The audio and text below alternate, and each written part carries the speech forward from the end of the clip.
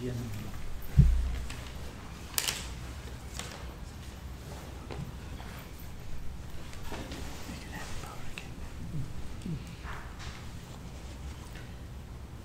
Dhamma friends, today is the first day in our retreat, June 16th, and this hour we have allocated for the question and answer session. So I would like to invite, if there are any questions related to the basic instructions that you have already listened, or related to our 8 precepts, or regarding the other constitution or anything in the orientation we have given. If they are really pertaining to that, any questions available, you may please ask here, and then we can discuss and sort them out. And in addition to that, it's an open invitation with respect to your religious life or with respect to your meditation problems. You can either raise the questions to the audience, or you can try to give in written form. So whenever the session starts, we start with the written form, and then we go with that open invitation. So with that brief introduction, I would like to open the discussion for the first time today.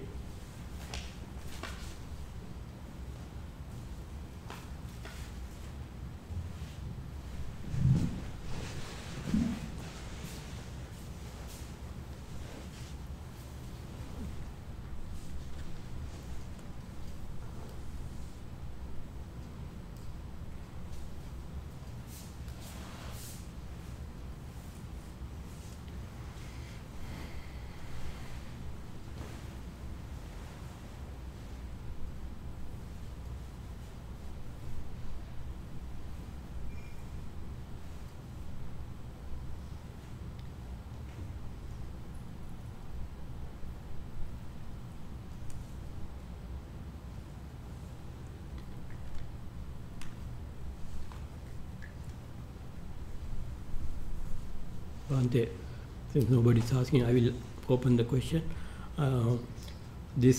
Somebody was asking me the other day that when you do walking meditation, is there any particular way to turn when you go and do the turn either to the left or right? Is it okay to go clockwise or anti-clockwise?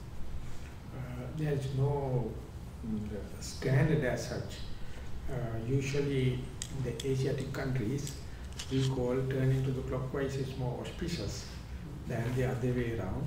So this is what, if you when asked the same question from Burmese masters, they will say better to go in clockwise. You would have seen the square that Hitler used, as well as what is used in the Buddhism. It is called turning clockwise and anti-clockwise, the cross kind of thing. So when it is turning the way that Hitler used, it's very destructive. When the Asiatic use the same thing, it's the other way around, that is considered the auspicious. So these things are sentimental rather than any kind of a scientific or that sort of thing. Whatever may be related to that question, the challenge or the exercise is when you are walking in a stretch along your path, you may find your action is very uniform, just walking in your pace and maintaining the mindfulness may be somewhat easier than when you are turning. When you are turning, a lot of other variables or challenging kind of things are there, and your posture, the simple walking, will be changed into a complicated thing while turning, how to maintain the mindfulness. So therefore, when you are reaching to the end, in your walking path, the exercise or the challenge you have is, how can I maintain the already developed mindfulness while turning, and can I, with my best of attention, can I still have the same strength of mindfulness, same continuity of mindfulness when you turn completely and coming back. So it is a kind of a posture junctions, they call. walking in a way, and when you are turning, it is as if you are in a highway or motorway, you are going to take an exit. So when you are driving along the highway, still you have to abide by the rules and regulations, but specifically when you are going to take an exit, you have to be very alert, very concerned about the people driving before you and after you, and the track that you have taken. That's all you are going to take a junction. So according to the teaching of the Buddha, maintaining of the mindfulness in simple sitting with all the other faculties are closed, maybe somewhat easier. And with respect to that, simple walking one direction, somewhat easier, but when you are turning, it's like a posture junction. So if I am to introduce mindfulness is the term that we use in Pali, sati. Sati is been translated as mindfulness, sometimes as wakefulness or awareness. And whatever the mindfulness that you are trying to maintain in the posture junctions are called sampajanya, clear comprehension. So mindfulness has to back up with, mindfulness has to be reinforced with sampajanya, the clear comprehension, in order to maintain the same, as much as possible, the same strength and the continuity of the mindfulness in the posture junction. So this is the exercise at the end of your walking path you have. So at the beginning, don't take it very seriously. Just try to do it in a, just to continue with the walking meditation, and towards the maturity, whenever you develop a certain amount of skillfulness and ways and means to how to maintain or how to give the maintain the consistency of the walking pace, and then your task, your challenge is how to not to get disturbed, how to not to get dispersed that, and how much you can maintain the same strength of mindfulness while turning. And again, start with the same thing. So when that is mastered, slowly you may find in the day-to-day activities you have a lot of posture junctions, changing one to the other very quickly.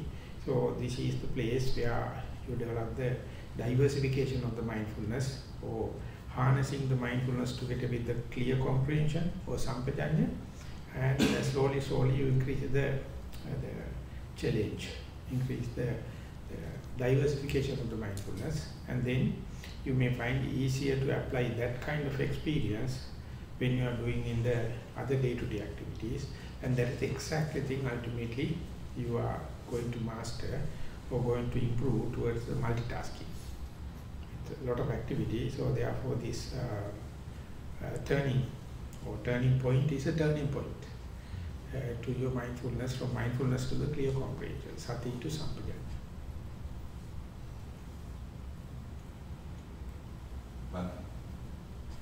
And you mentioned day-to-day activities. Like, for instance, if I'm washing my hands, I don't know whether to focus on the fact that I'm standing, or the feel of the water, or the feel of the soap, or the feeling of leaning over, or breathing. You know, there's many different things.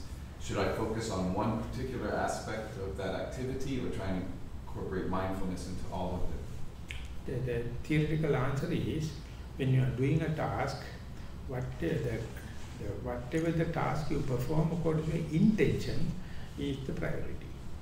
Now your own intention is washing, and standing is subsidiary, and other kind of what your attention must be focused is what you do intentionally, willfully or volitionally, and that is also not a simple task, activities, but the volitionally is the theme. According to any activities related to that or directly related to that must be your track. And while it is happening, later when you want to develop, you may find there are a lot of other things are happening, and grammatically we can say the volitional thing is what you do, and while you are doing it, a lot of other things are happening. So at the beginning you focus the attention to what you do. That's also a little involved thing, number of activities, and later when you are in a healthy manner, when you develop mindfulness, you may find each and every time, whenever you try to focus to one particular thing, And a lot of other things are happening, and they are happening automatically, and only you can be aware of it. But if you are going to give the priority for that kind of thing, what is happening, then your main task will be upset. So always you must give the priority to the willful action, volitional action, but you must not expect that is the only thing I have, that is the place I have to focus that attention. Your mind must be broader and ready to accept. While I am doing, while I am focusing to adverting the attention to that particular thing, a lot of other things are happening. They are not the priority. So this is, they are only the importance of selection of priority come into being. And if you know how to select the priority, at the beginning you don't worry about other things that is happening. If I am to quote yourself, that standing posture is important, not important, because that is not the main thing. So ultimately you find that once you focus, once you advert to one particular point, more and more familiarize it, more and more you season it, more and more you master it, you may find the mindfulness become very relaxed, and it is slowly spreading to the other activities also. That is explained by the two terms, the umbra and penumbra. When the shadow happens, the shadow has a thick dark spot right in the middle, and right now there is a half shadow. The middle one is called the umbra, the other one is called penumbra. So your attention is to the middle, the bullseye.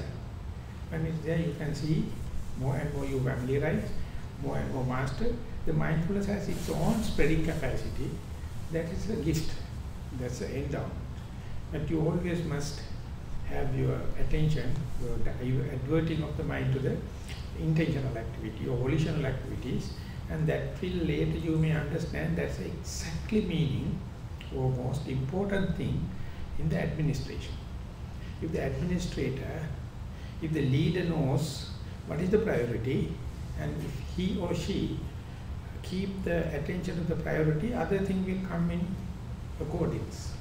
Instead of leaving or keeping the priority thing vulnerable and going to pay the attention to the other subsidiary thing, everything gets chaotic. So therefore this is the main thing, first thing first. And other things later you may find accordingly they are happening. As far as you keep the eye on the main thing, the priority thing. And that is the way ultimately your mind learn the art, how to economize the little bit of mindfulness you have. Don't spread everywhere and anywhere or all the way, but instead you focus it there. While focusing, slowly, ultimately mindfulness learn the art, how to do selection of priority, and other things are happening. So therefore, each and every leader, each and every administrator, if they know how to use the mindfulness, if they have already prepared mindfulness or already developed mindfulness, easily they can put, and later you may find you can organize a huge organization, you can lead a huge organization as far as you know what is the priority is concerned. That is what you call the least frictional path, critical path analysis. Sorry. It's called critical path analysis. Is very important in warfare as well as in agriculture. You must know what is the critical thing for the moment. You as the leader, you must keep an eye, and then let the other thing happens. And when that happens, if the system is growing in a healthy way, other things you are dedicating to the other person in charge or the second in charge or kind of thing, you give the attention to the main thing.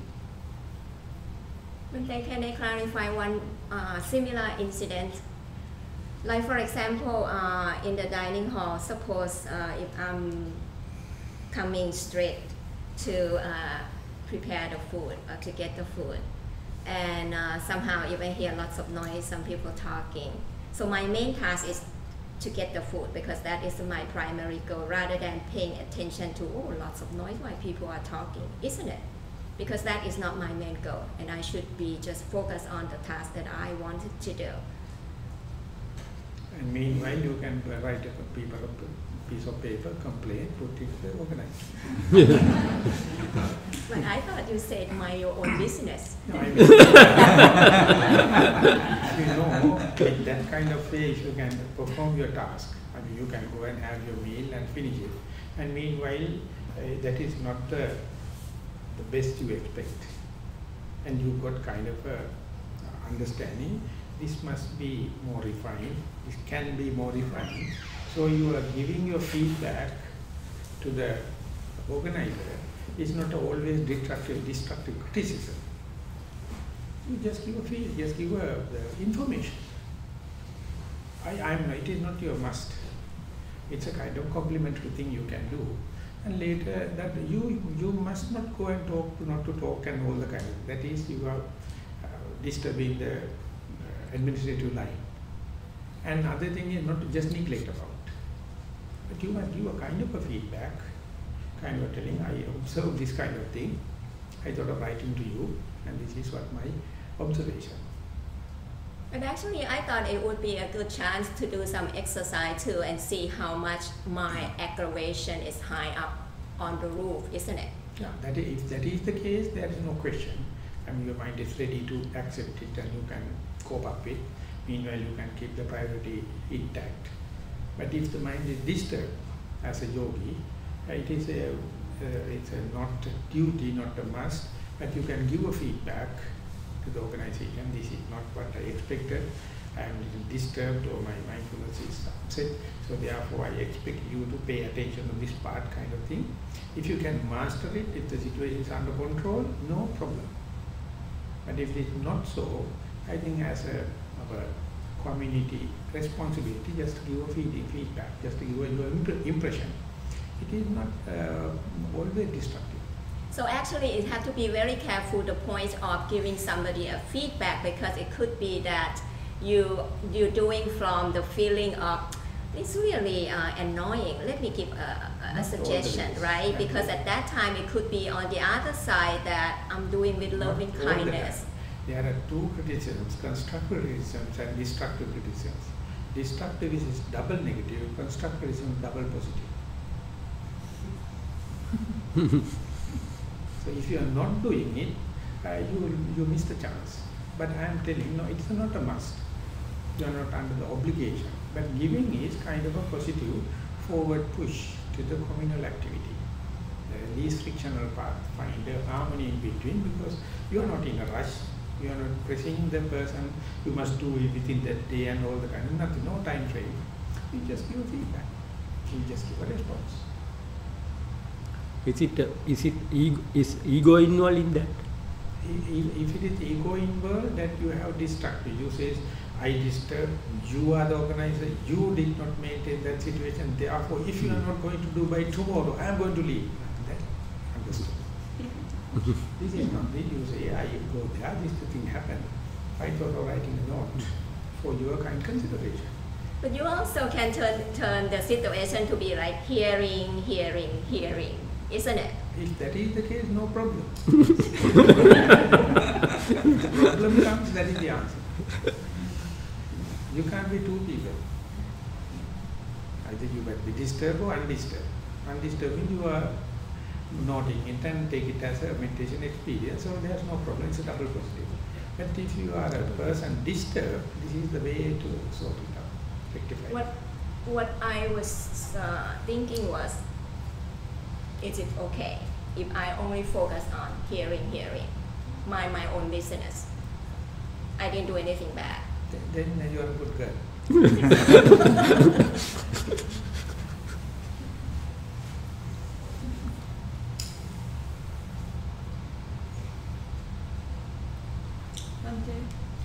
Could you explain a little bit more about the clear comprehension? Because in the Buddha's 4 foundations of mindfulness, he talked over and over again about sampajanya. And we heard your introduction, and I wish that, I mean, if you can add sampajanya to it, I would appreciate it. So I appreciate his question because it is giving information how to introduce sampajanya. rather than taking this as a theoretical basis. Because if I am to give, of course, a theoretical basis, in the sitting meditation, we try to keep almost all the other variables fixed and only focus the attention to the breath. No physical activity volitional, no verbal activity is volitional. You, as a matter of restrainment, you control them. And keep the body also without any kind of intentional activities, and then let the mind to understand, just be. So that means mindfulness can take on a single track and keep on doing. But in the walking meditation, you have to intentionally walk, intentionally you have to note left and right leg, and meanwhile you may hear bird sounds or other visual objects. They are uninvited guests. So under such circumstances, how to keep the priority first thing first and the other thing, they are the mind, they are the comprehension or sampajanya have a bigger role. So therefore that task is only for the, not for the beginners, but the people have kind of some acquaintance with the mindfulness in the sitting meditation. And if a beginner is going to do walking meditation, he may at the beginning take care about the pacing up and down. Don't worry much about the turning at the beginners. And when and where the mindfulness becomes a little bit steadfast, when the mindfulness becomes continuous, then you can take the task. When I go to the end, when I'm turning, can I maintain the same strength, same continuity of mindfulness amidst of all the multivarious activities? There, sampajanya is going to play active or critical role, and if you are successful, I can't expect the same amount of mindfulness or same continuity. There will be some disturbances, but still you may find kind of achievement is there. So when that is season, then when you go to washing dishes or any kind of thing, there you may find sometimes activities are 2, 3 double fold or many fold, and meanwhile social activities, other people also involved, and yesterday and tomorrow memories also coming. Under such circumstances, the selection of priority in order to maintain the track of mindfulness or the contribution of the sampajanya is more critical, is more demanded, and there you have to understand you first take care of the mindfulness as such, and then when and where possible, when and where it is advantageous, when and where time permits, you try to incorporate sampajanya. Don't put sampajanya first. Always you keep your responsibility first and foremost is to be mindfulness. It's a sampajanya, you can say the diversification of the mindfulness. Before the diversification, you must know how to maintain the mindfulness on a simple task. And more you go to the day-to-day activities, and when you go back home, you find very little time you have to sit and meditate, to do mindfulness as such, mindfulness per se. But a lot of challenges are there, and they are whatever the sampajanya, the clear comprehension you practice in the center will be a bridging from here to the day-to-day activities at your home. So therefore, that part, the sampajanya part, become in long term will be your frequent companion together with the mindfulness. But the good part of the story is mindfulness is something you do, so it is come under your responsibility, but the sampajanya is an endowment, it's a gift. Don't do it. You are witnessing it. It's slowly coming. When and where sampajanya is in trouble, you are not going to adjust the sampajanya, instead you adjust the continuity of the mindfulness, the quality of the mindfulness, and when and where it happens, sampajanya is naturally takes place. It is kind of a gift, but you are monitoring it, or rather observing it, and when and where sampajanya come and help, you find that your mindfulness is with the least disturbances. Even if it is going to take little shaky, easily it can regain the balance because with the help of clear comprehension. So therefore, clear comprehension, don't take it as your responsibility, take it as a gift, take it as an endowment, or otherwise we can say the momentum or the acceleration of the mindfulness is what you call comprehension. You take care of the speed, and later when you're keeping the speed, then only the acceleration happens. When the acceleration happens, the comprehension will be easier. May I ask a follow-up question? Yeah. Is that where you watch the three signs arising, changing nature and... Yeah, whenever the mindfulness fixed, that mindfulness is assured, under the light of mindfulness only, you can see the natural characteristics, manners, all the kind of thing. If I am to give an example, in the warfare, what first happens is you attack the enemies and advance, the front is advancing, and once advanced, you have to establish the power, the area you have already gained. Before establishing the power, you are not going to keep on attacking. You just go and gain something and establish the power, and again go there, establish the power. So mindfulness is the first attack. Whenever you gain some area, you are not keep on attacking, the establishment of the power and the searching everywhere whether there are some other the caves or hidden places. That kind of thing is happening. So as far as the beginners are concerned, they are taking care about the mindfulness, and when it is happening, you see kind of a momentum gathers, kind of an acceleration happens, diversification happens, and that is the function of wisdom, integration for clear comprehension. My question is also somewhat related to that. When my mindfulness is well aligned with the breath, I feel like inside the skull, something like liquid, actions of liquid. It happens all the time.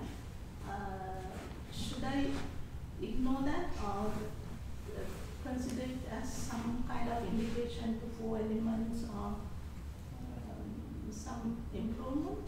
If I have to use the same term, I consider it as a gift, consider it as an endowment, my mindfulness with the breath. As and when the in-breath happens, as and when the out-breath happens, I am well aware, it is face-to-face. While observing, or while keeping the breath face-to-face, still you can feel some other parts of your body. I will put it this way. You observe the breath maybe a touching point at the end of the nostril, on top of your upper lip. And that is already a sign, assured. And meanwhile, you can see other areas, as you mentioned, some kind of activities, liquidity, stiffness, tension, movements in the body, or some other wind movement at the other places. And there you see, without any kind of a dedication of your attention or power, you feel them, but don't make a fuss out of that. Don't neglect it. Just let it happen. And you keep the track with the main object, or in-breath and out-breath. You don't go to suppress it. Consider it is as a kind of a gift happening. So you keep on, while keep on the attention with the mindfulness, with the breath, you may find the keeping the attention with the breath in the particular place need very little attention now you need because of the familiarity, because of your seasoned or mastery, and other peripheral or penumbra will be slowly coming to acquainted with more and more information. It is happening. Nothing to sort them out, or nothing to promote them, or nothing to suppress them. And when it is happening, ultimately you are trying to see the big picture. In the big picture, the main object is middle, and other places also, slowly the acquaintance, slowly the familiarity develops. And that happens if you are sitting in the same place, if you are doing the meditation in the regular way, if you are appreciating the meditation, this natural characteristics and the elementary characteristic will be a gift. Slowly you might find they are slowly increasing, familiarity increasing, and their message will be little by little clear. But don't pull your attention from the primary object and plant there. Your main thing is to keep the attention with the primary object. But isn't that could be a part that it's too tense or expecting too much? That's why this is something happening. So your main thing is not to worry. You keep the track with the primary object. Other information comes. They are naturally coming due to the familiarity, due to the momentum, due to the mastery of the primary object. And for example, from our Asiatic point of view, when the mother given birth to a first child, she takes so much of care about the first child. And because this is the first and the novelty, and when the second child happens, still she keeps the first child, and with that knowledge, she is not much pain, that she is not much worried about the second child, because now attention has to go to. So when the third child, fourth child happen, still she has to give certain amount of attention to the first child and the second child, third child, fourth child, and her capacity increases. She can't do at first, she can't do with 4 children, she has to do the one child, and naturally the second child happens, third child, fourth child. And when it happens, I don't know the way the term is correct, capacitization. The capacity increases if you are a good mother. So likewise, that you find even the primary object very easily you can master. You can interpret terms and you can keep it. And meanwhile, others are also happening. But sorry if you are going to have a twins. Triplets will be worse. Then the task is a little serious.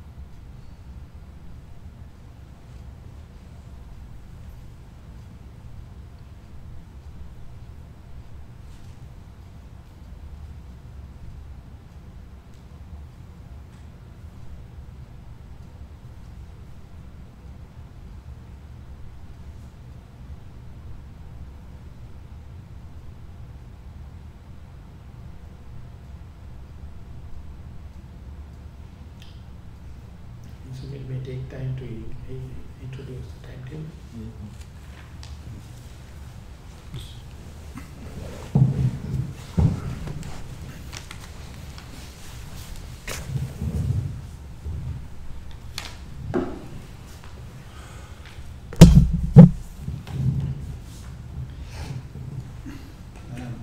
Venerable Dhammajiva and the organizers discussed the timetable. And we also found out that the sunrise, the dawn, and the noon is at this place is 1:30 p.m.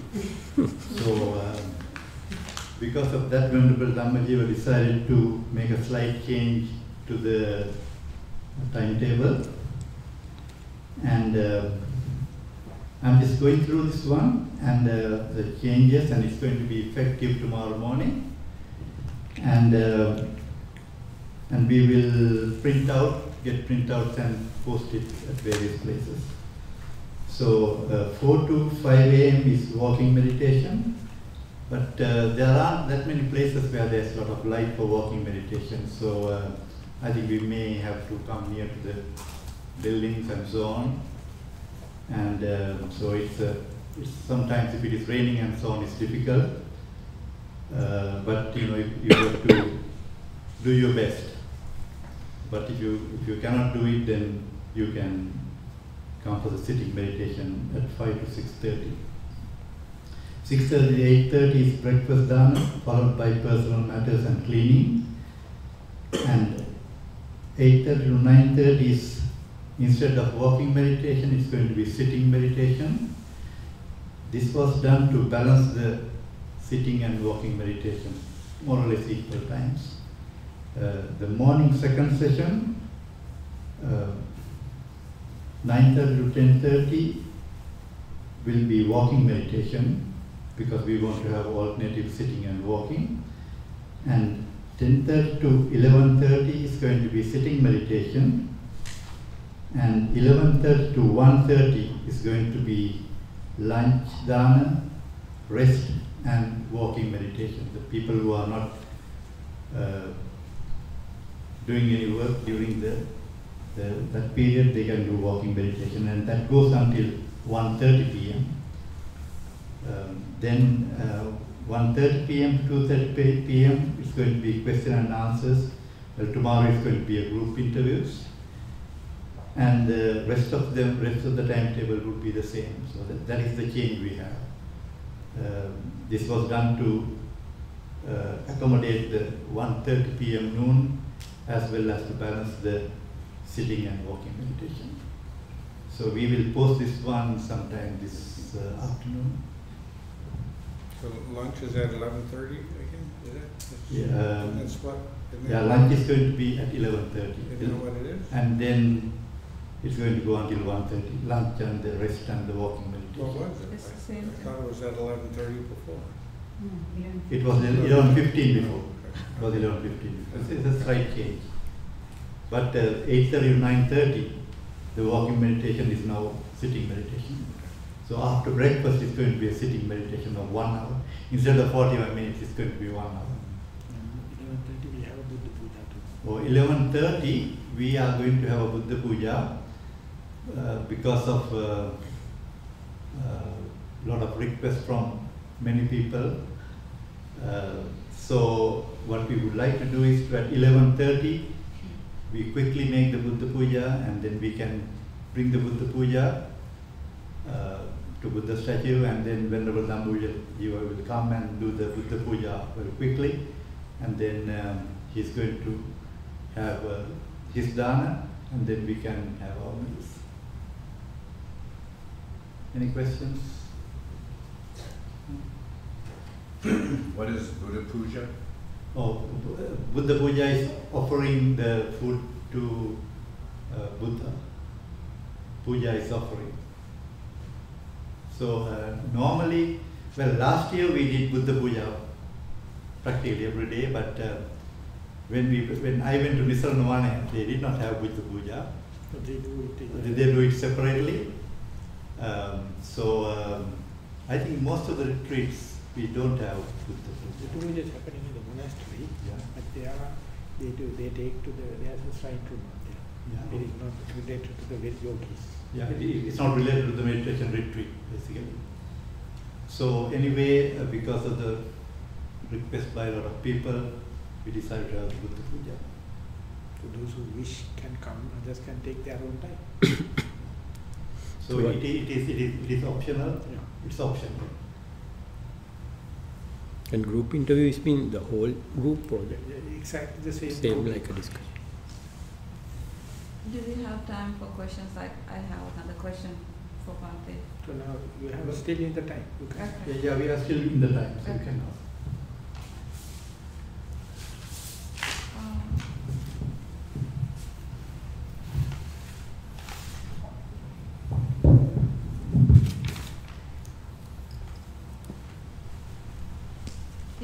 You go to different retreats and meditate and, all the time practicing mindfulness and sitting meditation and all that. So I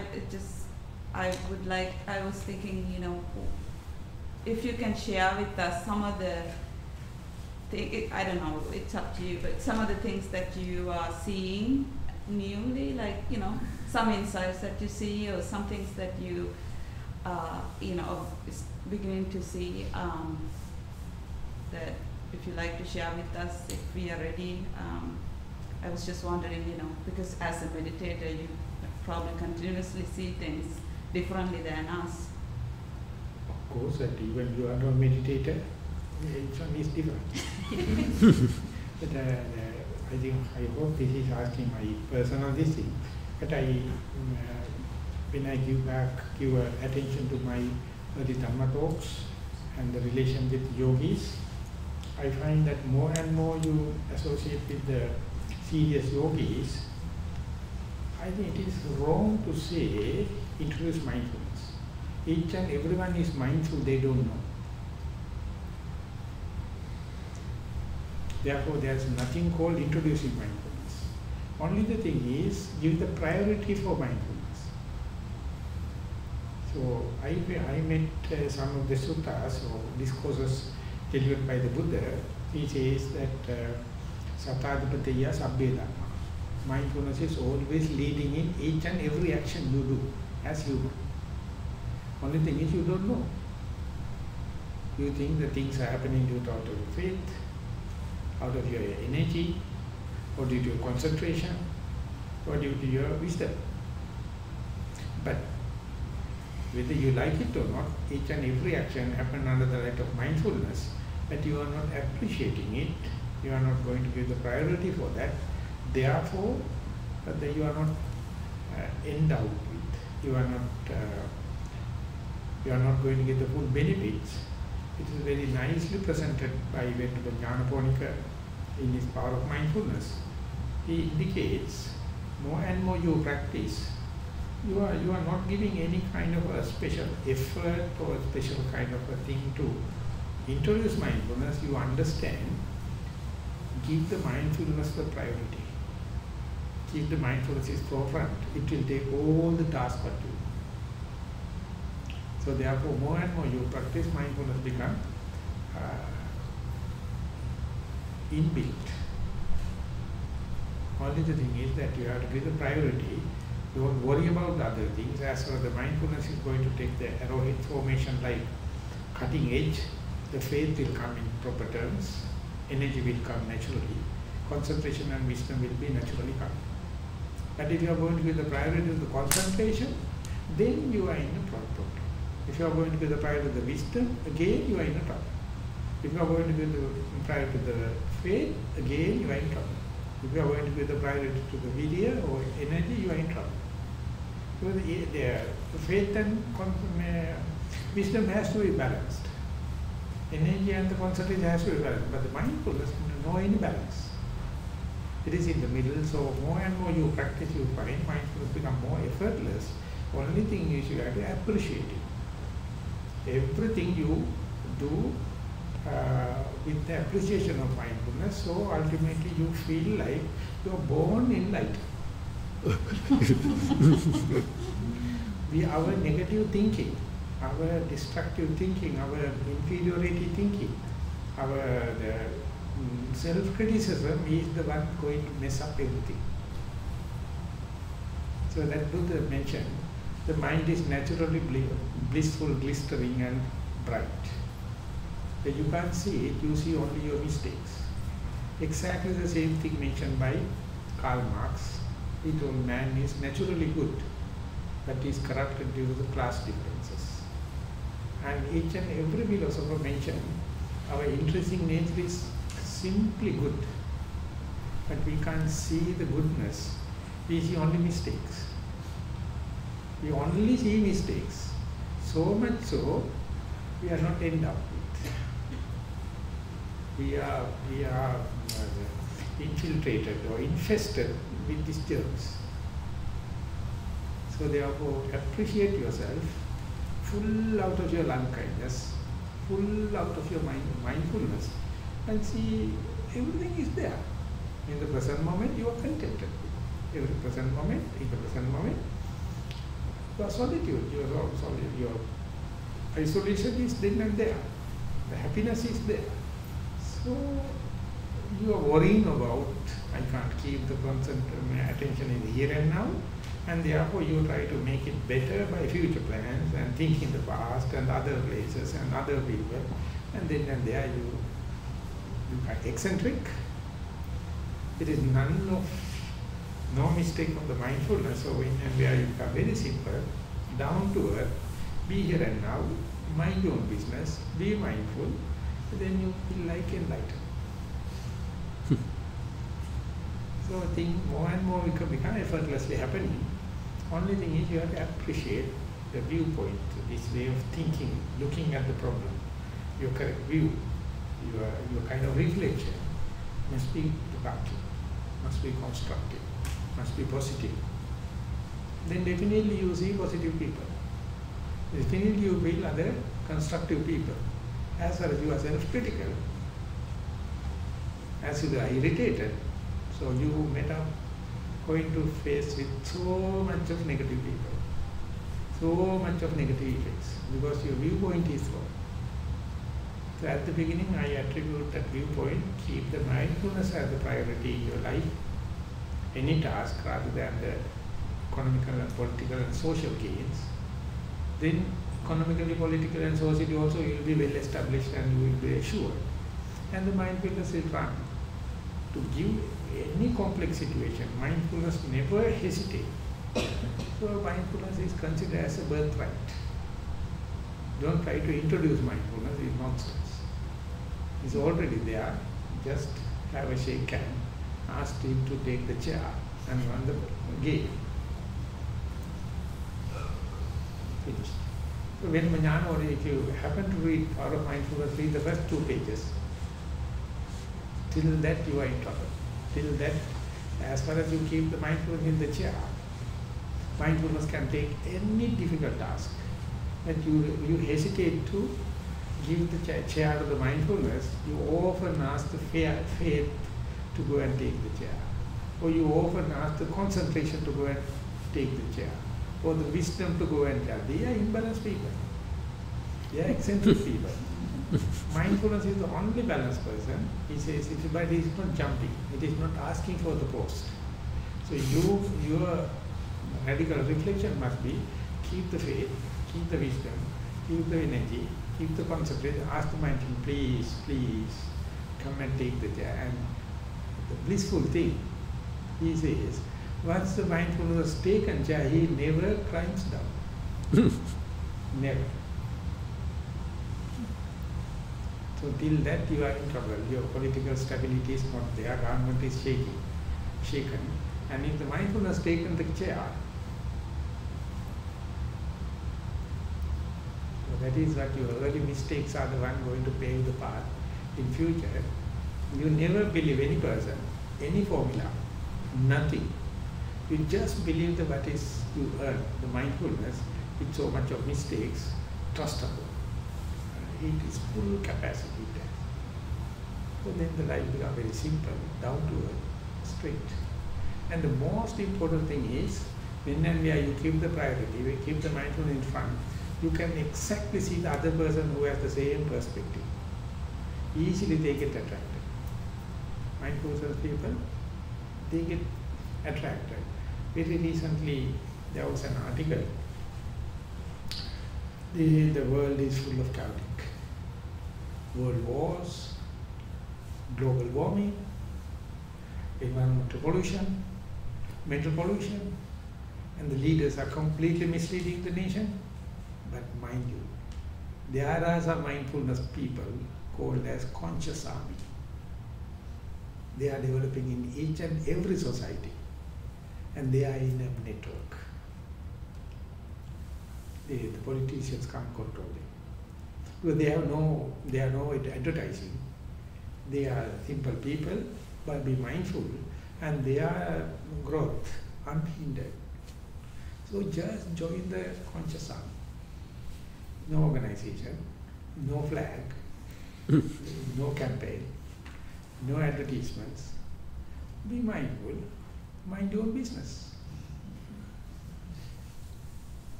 So that is that you keep the full trust upon the mindfulness, and ultimately life becomes simple, and you feel you are born enlightened. You feel you are born with mindfulness, only to give the correct perspective. Where are they, Bhante? Where are they? as far as they can recognize, they are secure. You can't recognize unless otherwise you become one of them. That is the beauty.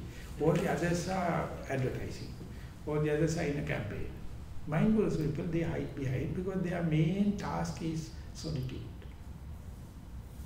They value solitude than anything.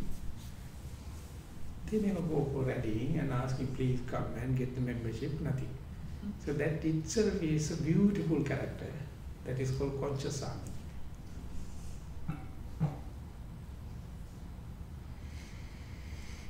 So I can send you for each of you, the same article. I cordially invite, please add one sentence to that essay. Read the essay and try to add one sentence, and then you will see how simple the truth is. Truth is so simple, we unbelievable.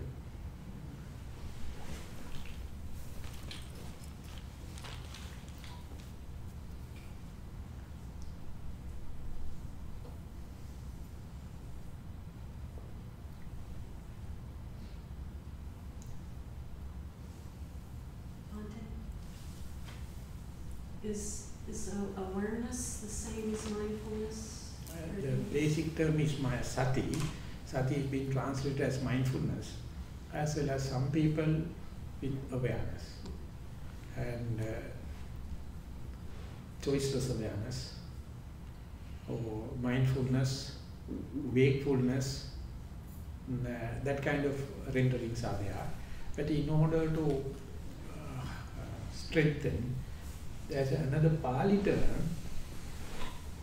just like sati, called appamada, that is being translated as vigilance. It's also yet another mental quality or mental concomitant. So by studying them, what I do is, I get the Pali terms, English term, Sinhala term, Burmese term, and try to get different perspectives. And it is a lifelong experiment. You can't say this is the meaning. There's no the, only a. This is yet another meaning. And tomorrow you may find yet another meaning. As and when you evolve, your definition of mindfulness also ever evolving.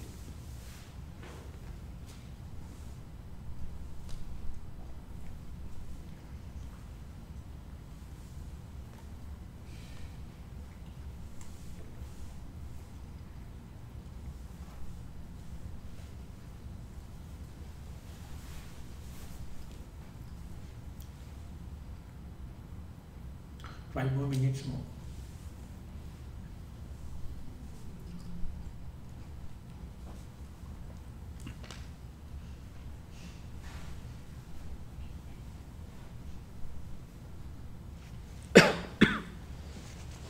So fully developed mindfulness is like equivalent to attainment of Maggaphala, like first level. Yeah, fully developed means, of course, you have to be Samma Sambuddha.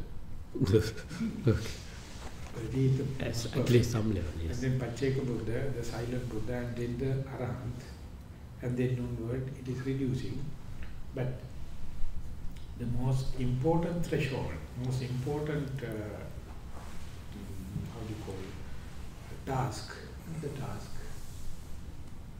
threshold, mark, is the attainment of the first Maggaphala. Then only you develop positive thinking. It is possible for me in this very life. Otherwise, you always try to get a distance, telling it is not possible, I am inferior, I have that capability, inability, I have that problem, I have this and that. You are accumulating so much of explanations. And once you have achieved the first Maggaphala, you come to know, yes, problems are problems. The main thing is not to worry. Let the problem to boil down themselves. Who cares? And therefore, people, those who are worrying, they say that particular person very callous, very unconcerned, he has no feeling, he has no gut feeling, he is not concerned about life. So therefore, they will outcast you. You will consider this as a very good endowment.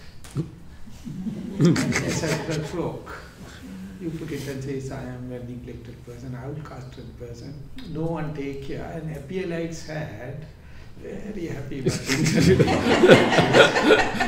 fully contented, fully isolated, you took completely advantage. Till that you feel like you are answerable to the society. You have the moral responsibility, but after becoming the first Magapala, you know Silabbata Paramasa. Silabbata Paramasa means rituals and rites. Such a burdenful thing. So therefore, once you go there, you understand why you can't satisfy the society. You can't satisfy the outside. I mean, it's a kind of a hell. It's kind of crucifixion. Let the people criticize anything, but you know now my path is there. And more you hide yourself, more and more you go for the solitude, more and more you go for the inner contentment.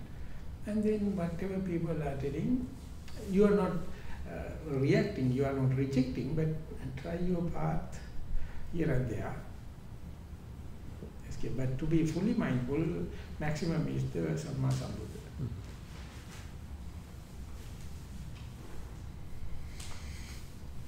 So you place a high priority on solitude and having time in your life where you do less and you have more solitude. You mentioned solitude a lot in your writings too. Solitude, 3 levels: physical solitude, mental solitude, then solitude from the whole campus and the base. So when and where we listen to solitude, we hooked up with the physical solitude. But even if we are in physical solitude, if you consider the loneliness as aloneness, and the aloneness and the loneliness, you got lost.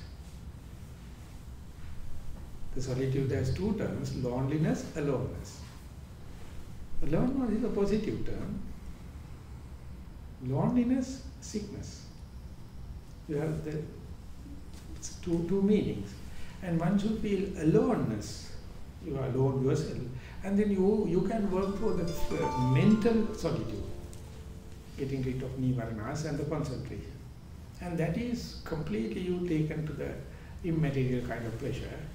And you may find very little people you can communicate with, because people are so much engaged with this materialistic world, and they know only these luxuries and materiality. But when you go the mental solitude, different sphere, it's a walkover, no rivalry. You get the full-fledged and no competition, but still you have upadiviveka. That means you have to get rid of the substrata. And for that you can work, and that is the ultimate solitude. So therefore solitude has, its meaning is evolving. But the original solitude, the physical one, many people consider that unsocial, backward, and selfish. That is the first impression. And even you yourself criticize yourself, telling that I am a backward, I am unsocial, I am non-compliant. Selfish. That means you consider aloneness as loneliness. Then you can't entertain it. But whenever you see the true person, your spiritual friend, then you will understand. You can weigh it against the whole population, human population, with that single particular person. He tries his best to keep solitude, keep the priority for the solitude, and don't care about much. And then that particular person or that particular true person will be your role model, and slowly you have kind of a positive hope. Otherwise, it's a hell of a game.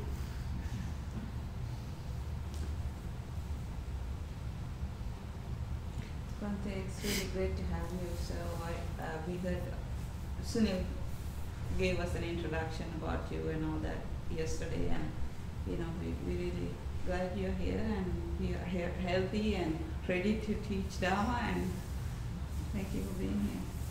So that will be the last comment for the day's today. So we have taken 1 hour. Yes. There are no questions. We are going to sum up today's first session. Thank you very much for the participation. Thank you. Thank you.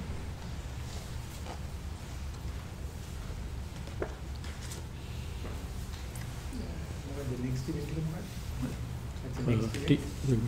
Now, next tea one break, is, and then tea break, And then, walking. it's sitting meditation. please give it, please. 3 to 4. Okay, now we have finished question and answer session. And 3 to 4 we will have a sitting meditation. Sorry, 2:30 to 3:30 we will have a break, and then 3 o'clock we are gathering here for the sitting group sitting meditation. And after that, Dhamma talk. this is also to be considered. Because after the sitting, we are going to Yes. do for the Dhamma talk.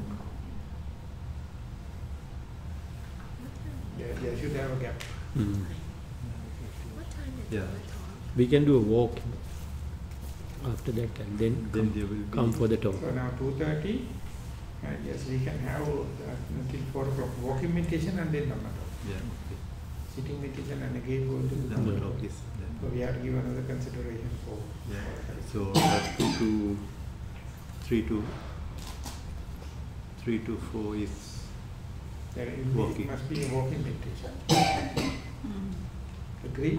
Okay. Yeah. So what the timetable suggests now 2:30. Now time is 2:30. 30 minutes for break and for some juice, and then 3 to 4 walking. Sitting is the timetable. But immediately that, then we are going to our Dhamma talk. So that sitting is again. coming with the Two sittings half like hour that. sitting. Okay. So Even, therefore I suggest from 3 to 4 we must have a walking meditation and then Dhamma talk. yes. And I will discuss with Sunil and make the necessary arrangement we can do the and adjustments, before yeah. posting the next timetable. Okay. Yes. So we have a balance of walking and sitting equally now. So that means that we